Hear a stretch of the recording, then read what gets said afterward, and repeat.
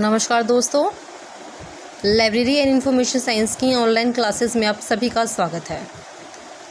आज हम एक छोटा सा टॉपिक ले रहे हैं जिसका नाम है पुस्तकालय बजट। देखिए बच्चों, कोई भी कार्य करने से पहले हम उसका बजट बनाते हैं, ठीक है, ताकि उसकी आय और व्यय का हमको ज्ञान रहे। ठीक है, हम इसकी उत्पत्ति के बारे में बात कर रहे हैं कि इसकी उत्पत्ति कहाँ से हुई है। इसकी उत्पत्ति फ्रेंच भाषा के बूटज शब्द से हुई है। हाँ जी, फ्रेंच भाषा का बूटज शब्द है जिससे इसकी उत्पत्ति हुई है। फ्रेंच भाषा में बूटज का जो अर्थ होता है वह होता है चमड़े का थैला। चमड़े का थैला, इस शब्द का सर्वप्रथम उपयोग जो था वह सर रॉबर्ट वॉलपॉल करते हैं। सन 1733 में क्या होता है कि वो ब्रिटेन की संसद में चमड़े के थैले में वित्तीय दस्तावेजों को लेकर चले जाते हैं। जब वो वित्तीय दस्तावेजों को चमड़े के थैले में लेकर जाते हैं तो पूरी संसद में उनका खूब मजाक उड़ाया जाता है कि देखो ये कैसा इंसान है, ये चमड़े के थैले में बजट लेकर आ गया है। तो क्या होता है, इससे उनकी भावनाओं को बहुत ज़्यादा ठेस पहुंचती है। तो वो इसके ऊपर एक किताब लिख देते हैं, द बजट ओपन्ड। इसके बारे में आपके एग्ज़ाम में भी एक क्वेश्चन आया हुआ है कि द बजट ओपन्ड पुस्तक लिखी किसने है। तो आपका जो आंसर होगा वो ये है कि सन 1733 में सर रॉबर्ट वॉलपॉल द्वारा ये किताब लिखी जाती है। अब बात तो हो गई कि ये क्या नाम है, बजट शब्द आया कहाँ से, इसका मीनिंग क्या है, इसकी भी बात हो गई। ठीक है, अब ये बजट है क्या चीज़, अब हम इसके बारे में बात करते हैं। ठीक है, आय और व्यय का पूर्व अनुमान लगाया जाता है आगामी वर्ष के लिए, पूर्व में ही आय और व्यय का पूर्व अनुमान लगाया जाता है वह बजट कहलाता है। इस कार्य के लिए अत्यधिक कार्यकुशलता और दक्षता की आवश्यकता होती है। अब हम बजट निर्माण की विधियां हैं उनके बारे में बात कर रहे हैं। पहली विधि है वो है मद आधारित बजट। ये 4 पार्ट्स में डिवाइड है। पहला पूर्व बजट, दूसरा रैखिक बजट, तीसरा ऐतिहासिक बजट, चौथा बढ़ोतरी बजट।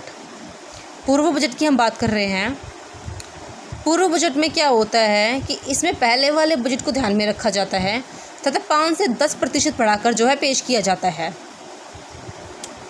रैखिक बजट की हम बात कर रहे हैं। इसमें साज सज्जा तथा रंगीन लाइटें होती हैं, शामिल किया जाता है इसमें। ऐतिहासिक बजट की बात की जाए तो इसमें पूर्व बजट को पूरे तरीके से ध्यान में रखा जाता है। ठीक है, बढ़ोतरी बजट की बात की जाए तो इसमें 5 से 10% बढ़ाकर केवल पेश किया जाता है। ये थे मद आधारित बजट। इसमें था पूर्व बजट था, रैखिक बजट था, ऐतिहासिक बजट था और बढ़ोतरी बजट था। साज सज्जा से क्वेश्चन आया हुआ आपके एग्ज़ाम में कि साज सज्जा तथा रंगीन लाइटों पर खर्च करने वाला बजट कौन सा है। तो रैखिक बजट साज सज्जा तथा रंगीन लाइटों पर खर्च करने वाला बजट है। अब हम बात कर रहे हैं परिसूत्र बजट की, यानी कि फॉर्मूला बजट। इसमें जब बजट निर्माण किया जाता है तो इसमें पहले एक फॉर्मूला बनाया जाता है। ठीक है, इसमें केवल परिसूत्र बनाने में मेहनत लगती है, बाकी ये पद्धति काफ़ी आसान है, पर ये आजकल काफ़ी ज़्यादा काम में नहीं लाई जाती है क्योंकि ये केवल छोटे पुस्तकालयों के लिए ही है, ये बड़े पुस्तकालयों के लिए नहीं है। यह है परिसूत्र बजट। अब हम बात कर रहे हैं निष्पादन बजट की। जो कार्य था उसके लिए किन किन चीज़ों का सहारा लिया, उसमें कैसा प्रदर्शन था, परंतु क्या उद्देश्य प्राप्त हुए, वही विधि निष्पादन बजट है। हाँ जी, निष्पादन का मतलब हमने देख लिया कि जो कार्य था वह किन किन चीज़ों का सहारा लिया गया, उसमें प्रदर्शन कैसा था, क्या उद्देश्य प्राप्त हुए थे, वह निष्पादन बजट कहलाता है। कार्यक्रम बजट की बात की जाए तो यह कौन से कार्यक्रम के लिए कितना धन एकत्रित किया जाए और उद्देश्यों की पूर्ति की जाए। हूवर कमीशन 1949 में आता है। यह कमीशन कार्यक्रम बजट प्रणाली को बढ़ावा देने के लिए जो है बनाया गया था। 1949 में जो है हूवर कमीशन बनाया जाता है। इस प्रणाली को जो है बढ़ावा देने के लिए, यानी कि कार्यक्रम बजट प्रणाली जो होती है कि कितना धन लगाया जाएगा, क्या उद्देश्य होते हैं, इसकी पूर्ति के लिए जो है हूवर कमीशन जो 1949 में बनाया जाता है।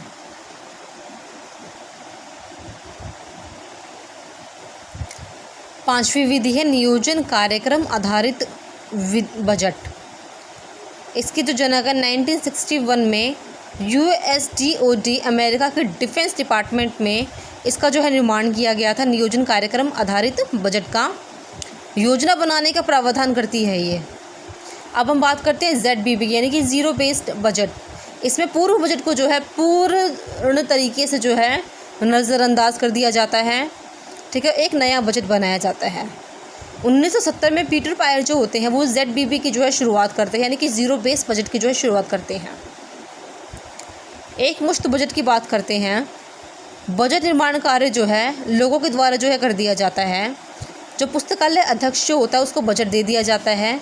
अब वो अपने हिसाब से अपने स्वयं विवेक के द्वारा जो है विभिन्न मद से खर्च करने के लिए कार्य करेगा।